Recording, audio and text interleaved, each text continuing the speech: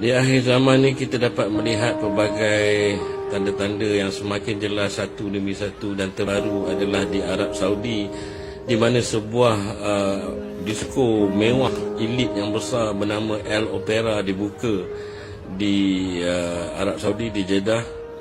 Dan ini juga diikuti dengan pelbagai siri konsert dan muzik yang sedang berlaku. Diikuti juga dengan beberapa pendekatan Arab Saudi yang semakin rapat dengan Yahudi, dengan Israel dan dengan Amerika. So kita lihat apa yang sedang berlaku di Arab Saudi ni.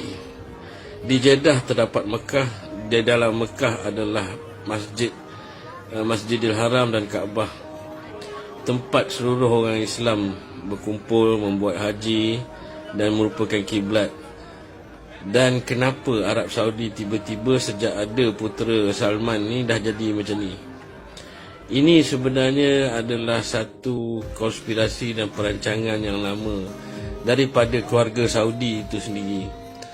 Dan kalau orang tahu keluarga Saudi ini sejarahnya bagaimana, keluarga Saudi ini sebenarnya adalah Bani Kainuka, iaitu sebuah Bani Yahudi yang membeli tanah-tanah di Mekah pada zaman dahulu dan mengaku dia adalah daripada keluarga yang hebat di Mekah. Daripada Ibnu Umar radhiyallahu anhu, sebuah hadis mengatakan ada sahabat bertanya kepada Nabi dan untuk mendoakan Syam dan juga untuk mendoakan Yaman. Nah, baginda mengatakan ya. Apabila diminta untuk mendoakan Najd, iaitu Mekah, baginda hanya diam, dan kemudian selepas ditanya 3 kali, baginda mengatakan di Najd itulah akan keluarnya fitnah-fitnah dan tanduk syaitan. Tanduk syaitan itu jelas-jelas dah keluar dah sekarang, iaitu di atas jam depan Kaabah tu, itulah tanduk syaitan.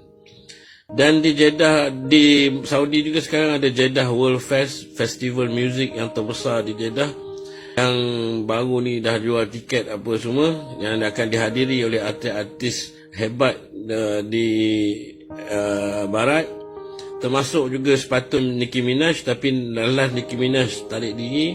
Ada Steve Aoki, Diane Payne, dan saya tak kenal lah semua ni. Ini semua adalah geng-geng raver, hipster apa semua. Dan tiket sampai sold out. At the same time, minggu lepas kita dah ada satu kumpulan K-pop yang membuat perlahan dan sold out juga. Dahsyat. Dan apa ke namanya? Super Junior. Dan mereka terharu. Rakyat Arab Saudi terharu kerana K-pop sudah ada di Saudi. Saya pun tak tahu nak cakap lah. Bulan Oktober BTS pula datang. Dan dah disenaraikan beberapa lagi kumpulan K-pop dan artis-artis Hollywood, artis-artis Amerika Barat apa semua akan membuat. Sampai diberi bintang di atas jalan raya macam Hollywood di Dubai kepada kumpulan K-pop ni.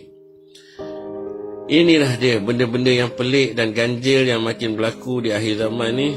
Especially apabila dekat Saudi, memang kita susah nak fikir macam mana boleh jadi macam ni. Ni satu lagi, band KSA pula, K-pop Straight.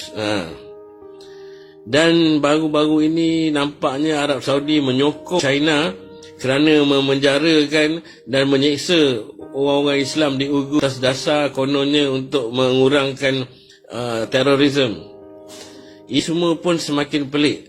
Saudi among 37 state backing China Xinjiang Sea, which US call concentration camp. Orang barat, orang kafir lawan dan kritik, orang Islam yang sokong untuk seksa orang Islam. Ini tak pelik ke? Dan juga China dan Saudi menandatangani perjanjian bisnes 28 bilion. Baru lagi semalam. Baru lagi. So, kita pun makin pening. Dan kita melihat Saudi menyokong orang-orang Israel, menyokong Yahudi untuk membuka perang di Palestin.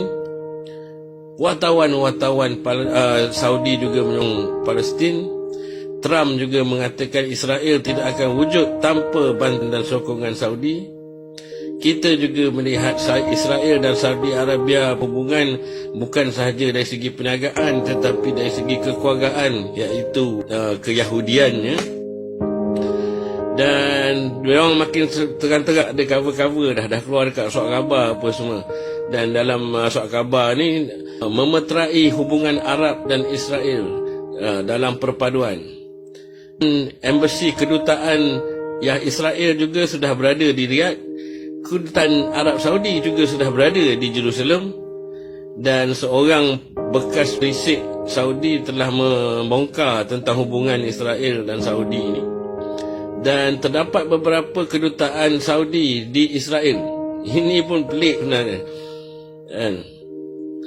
So begitu juga dengan hubungan Israel dan Iran yang memang jauh keyahudiannya. So kononnya Iran ni nak berperang lah apa semua ni saya tak percaya lah. Benda-benda ni semua adalah fitnah dan gebang akhir zaman. So berhati-hatilah dan keep up to date.